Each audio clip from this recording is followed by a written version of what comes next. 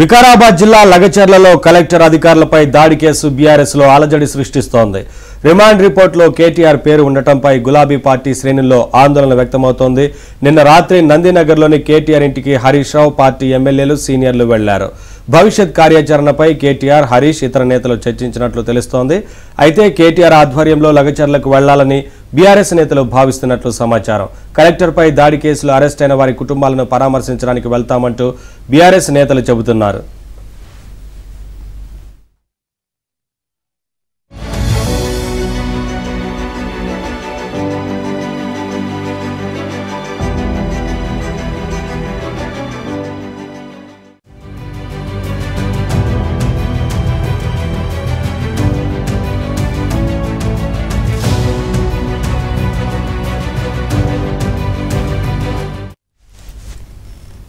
Updates మా correspondent Naresh అడిగి తెలుసుకుందాం. నరేష్, కేటీఆర్ ఇంటికి హరీష్ రావు ఇతర బీఆర్ఎస్ నేతలు చేరుకుని చర్చించినట్లుగా తెలుస్తా ఉంది కదా, జరుగుతున్న పరిణామాలపైన ఏంటి వివరాలు? మొత్తానికి రిమాండ్ రిపోర్ట్ లో లగచర్ల ఘటనకు సంబంధించిన రిమాండ్ రిపోర్ట్ లో కేటీఆర్ పేరు ఉండటంతో బీఆర్ఎస్ పార్టీలో కొంత అలజడి వ్యక్తమవుతుంది.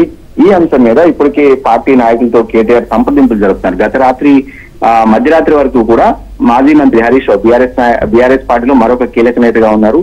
హరీష్ రావుతో పాటు బాల్కా సుమన్, కౌశిక్ రెడ్డి, పాడి కౌశిక్ రెడ్డి లాంటి నాయకులు, కొంతమంది సీనియర్ నాయకులు కూడా కేటీఆర్ నందినగర్ లోని కేటీఆర్ నివాసం వీళ్ళంతా కూడా సమావేశమయ్యారు. భవిష్యత్ కార్యాచరణ మీద కూడా చర్చించినట్టు తెలుస్తుంది. అసలు రిమాండ్ రిపోర్ట్ లో కేటీఆర్ పేరు ఎందుకు చేర్చాల్సి వచ్చింది, తమ ప్రమేయం లేకుండా ప్రభుత్వం కుట్ర చేస్తున్నట్టు కూడా అటు బీఆర్ఎస్ పార్టీ పదే పదే ఆరోపిస్తుంది. ఈ నేపథ్యంలోనే రాత్రి జరిగిన సమావేశానికి కొంత ప్రాధాన్యత ఉంది. దాదాపు అర్ధరాత్రి వరకు కూడా ఈ సమావేశం జరిగినట్టు తెలుస్తుంది. కేటీఆర్ నిన్న సాయంత్రం వివిధ ఫంక్షన్లు, వివిధ పెళ్లిళ్ళు కూడా ఆయన హాజరయ్యారు. ఆ తర్వాత రాత్రి నివాసానికి చేరుకున్న తర్వాత బీఆర్ఎస్ నాయకులంతా కూడా నందినగర్ లోని జూబ్లీహిల్స్ నందినగర్ లోని కేటీఆర్ నివాసానికి వచ్చారు. వాళ్ళంతటితో తాజా రాజకీయ పరిణామాలు, గత 2 రోజులుగా తెలంగాణ రాష్ట్రంలో జరుగుతున్న రాజకీయ పరిణామాల మీద చర్చించినట్టు సమాచారం. మరొక వైపు లఘుచర్ల వెళ్తామని చెప్పి బీఆర్ఎస్ నాయకులు చెప్తున్నారు. ఎవరైతే లఘుచర్ల ఘటనలో అరెస్ట్ అయిన గ్రామస్తులు ఎవరైతే ఉన్నారో వాళ్ళందరినీ కూడా ఇప్పటికే రిమాండ్ చేశారు. వాళ్ళ కుటుంబ సభ్యులను పరామర్శించాలనేది బీఆర్ఎస్ పార్టీ నాయకుల ఆలోచనగా ఉంది. నిన్న ఇదే అంశం మీద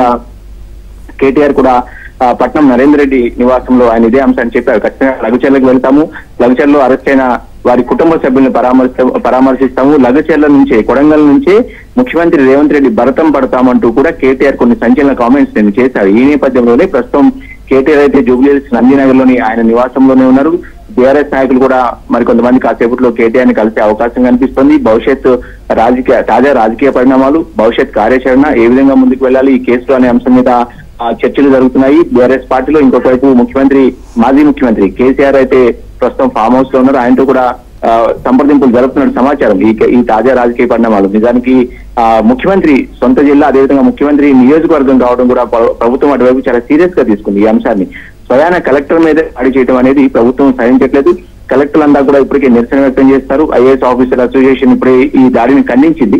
అదేవిధంగా ఈ రోజు నిరసన కూడా పిలుపునిచ్చిన పరిస్థితి. సో ఈ నేపథ్యంలోనే ప్రభుత్వం అయితే ఈ అంశాన్ని చాలా సీరియస్ గా తీసుకుంది. బీఆర్ఎస్ పార్టీలో కీలక నాయకులు ఎంతటి వారు ఉన్నా వదిలిపెట్టమని స్వయంగా ముఖ్యమంత్రి రేవంత్ రెడ్డి ప్రకటించారు. సో ఈ నేపథ్యంలోనే బీఆర్ఎస్ పార్టీ కూడా అలర్ట్ అయింది. ఈ అంశాన్ని ప్రభుత్వం ఎంత సీరియస్ గా తీసుకున్నా సరే తమ పాత్ర లేదు, కావాలని తమను ఇరికిస్తున్నారు. గత ఫామ్ హౌస్ ఘటన కావచ్చు, అంతకుముందు ఇష్యూస్ కావచ్చు, వీటన్నిటి మీద కావాలని కేటీఆర్ ను, ఆయన కుటుంబ సభ్యులను కేటీఆర్ చుట్టూ కూడా అన్ని అంశాలను చెప్తున్నారనేది బీఆర్ఎస్ పార్టీ చెప్తుంది. ఇక ఫార్మాసిటీ విషయానికి వస్తే గత ప్రభుత్వ హయాంలోనే ఫార్మాసిటీ కోసం దాదాపు 8,000 పైగా ఎకరాలను సేకరించాము. చాలా కష్టపడి 1,000 ఎకరాలను సేకరించిన తర్వాత ప్రస్తుత ముఖ్యమంత్రి అప్పటి పిసిసి అధ్యక్షుడు హోదాలో రేవంత్ రెడ్డి తాము అధికారంలోకి వస్తే ఫార్మాసిటీని రద్దు చేస్తామని ప్రకటించారు. సో అధికారంలోకి వచ్చిన తర్వాత ఆయన చెప్పినట్టే మొదట ఫార్మాసిటీని రద్దు చేసి తర్వాత మళ్ళీ కంటిన్యూ చేశారు. సో దీని వెనుక కారణాలు ఏంటనేది కూడా బీఆర్ఎస్ పార్టీ వెతికే ప్రయత్నాలు చేస్తుంది.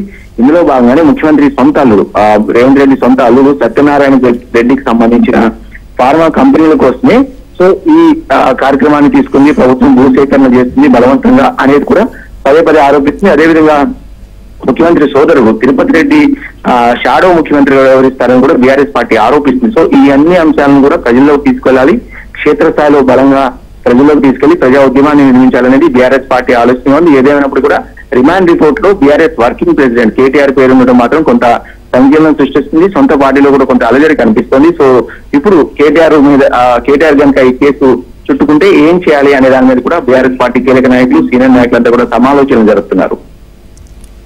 Thank you Naresh.